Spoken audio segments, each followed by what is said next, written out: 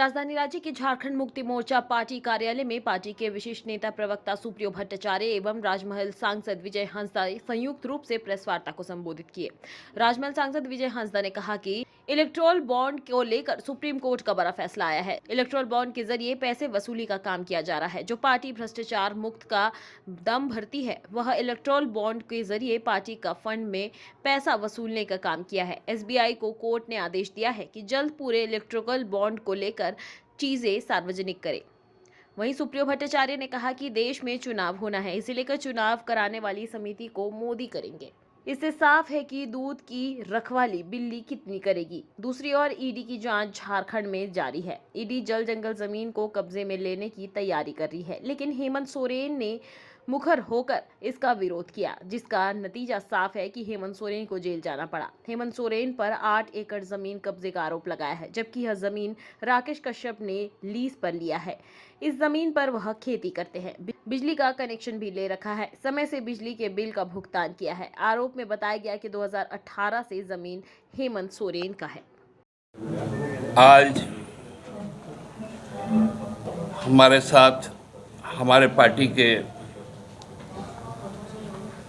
नेता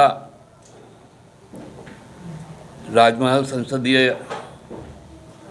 क्षेत्र के युवा और लोकप्रिय प्रतिनिधि विजय हांसदा जी हैं। आज हम लोग दोनों इसलिए आए हैं कि आज का दिन बहुत बड़ा। पहले विजय जी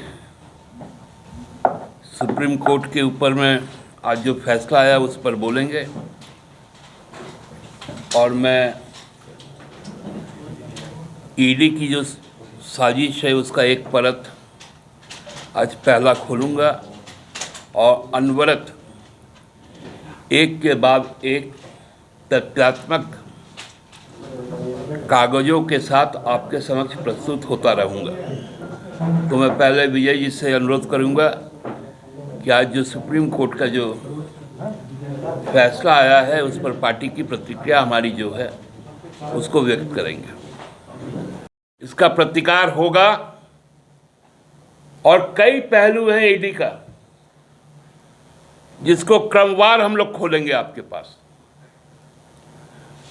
कुछ रिकॉर्ड्स हमारे पास आए हैं, कुछ की इंतज़ार है। इसलिए आज का ये पहला केस था कि ज़मीन का नेचर आपको बताए, और कल जब कुछ और बताएंगे कि उस ज़मीन को 17 बार 17 लोगों के बीच में 4-5 बार बेचा गया।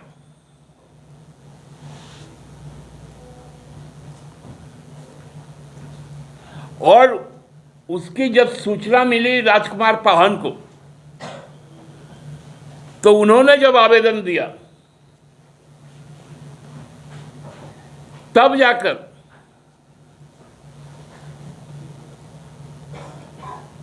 उसकी जांच हुई, सारे डिड कैंसिल किए गए और राजकुमार पाहन को उसका मालिकाना हक पुनर्वापस किया गया। ये चुनाव के वक्त जब प्रधानमंत्री जी खुद उम्मीदवार हैं, जो खबर आ रही है कि वो चुनाव को जो संचालित करेंगे उनको नियुक्त करेंगे आगामी 15 तारीख को। अब प्रत्याशी ही तय करेगा कि जैसे दूध का रखवाली के लिए बिल्ली को बैठाया जाता है, उसी तरह वोट की रखवाली में मोदी जी बैठेंगे तो हाल क्या होगा आप लोग जानते हैं। पूरा खेल था ईडी का यहाँ पर जल जंगल जमीन और जानवर के ऊपर कब्जा करने का। उस पर जब हेमंत बाबू ने रोक लगाई तो एक कहानी गढ़ा गया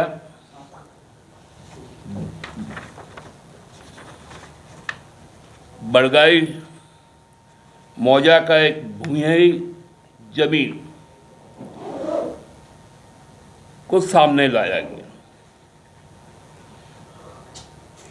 आप लोगों को मालूम ही है कि वो जमीन,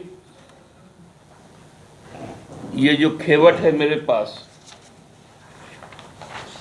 ये सारे कागज आपको उपलब्ध होंगे। ये जो खेवट है, इसमें राजकुमार पाहन का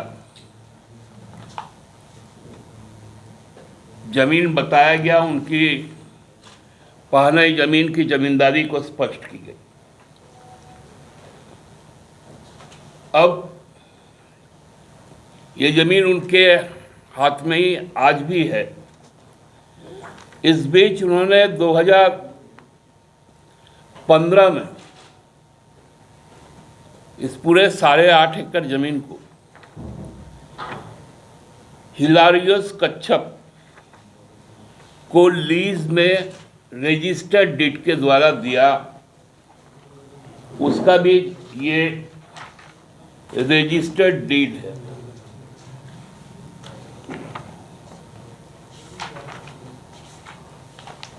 ये रजिस्टर्ड डीड है जिसमें उनका फोटो, उनका सब कुछ अंकित है। हिलारियस कच्छप ने इस जमीन को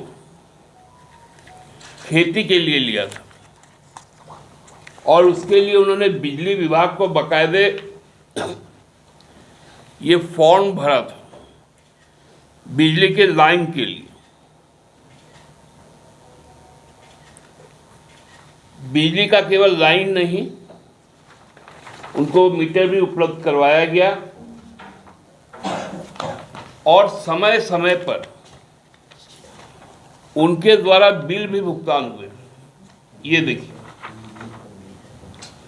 ये उनका आधार कार्ड भी दिया गया था। मैं बिल का आपको पूरा कागज दूंगा जो वो बिल को जमा करते रहे।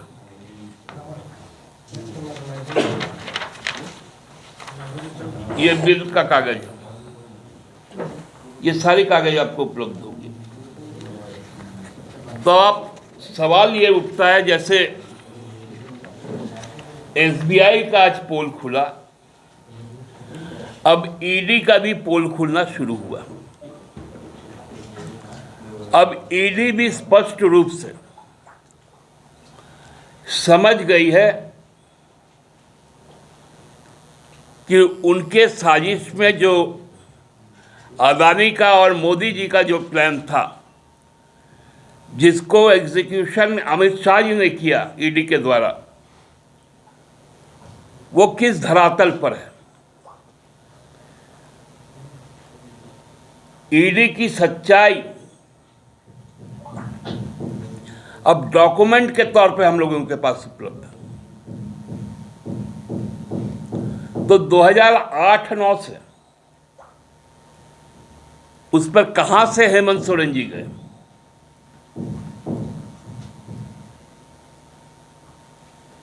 ये समझ से पड़े है कि एक आई ओपनर है पूरे देश के लिए कि लगातार जिस पार्टी द्वारा भ्रष्टाचार मुक्त भारत की कल्पना या बात रखी जा रही है, उनके द्वारा ही एक ऐसा हिडन एजेंडा जिसमें कि आज सुप्रीम कोर्ट को कहीं ना कहीं इन्वॉल्व होना पड़ा।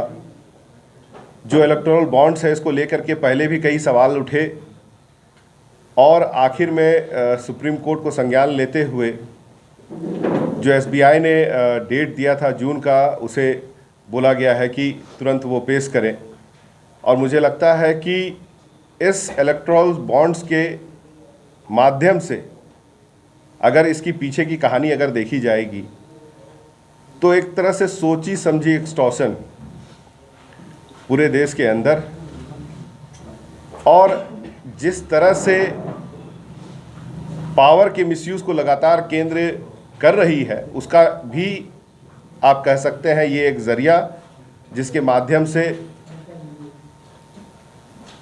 बीजेपी सरकार ने अपने सरकार में रहते हुए इन इलेक्टोरल बॉन्ड्स के माध्यम से एक बहुत बड़ा रकम कई कंपनियों द्वारा अपने यहाँ अर्जन किया, जो कि मैं कह सकता हूँ कि अब इन द ओपन आना चाहिए। बहुत समय से इस चीज़ की हम लोग मांग कर रहे हैं और सुप्रीम कोर्ट ने जो आज फैसला लिया है उसका हम स्वागत करते हैं।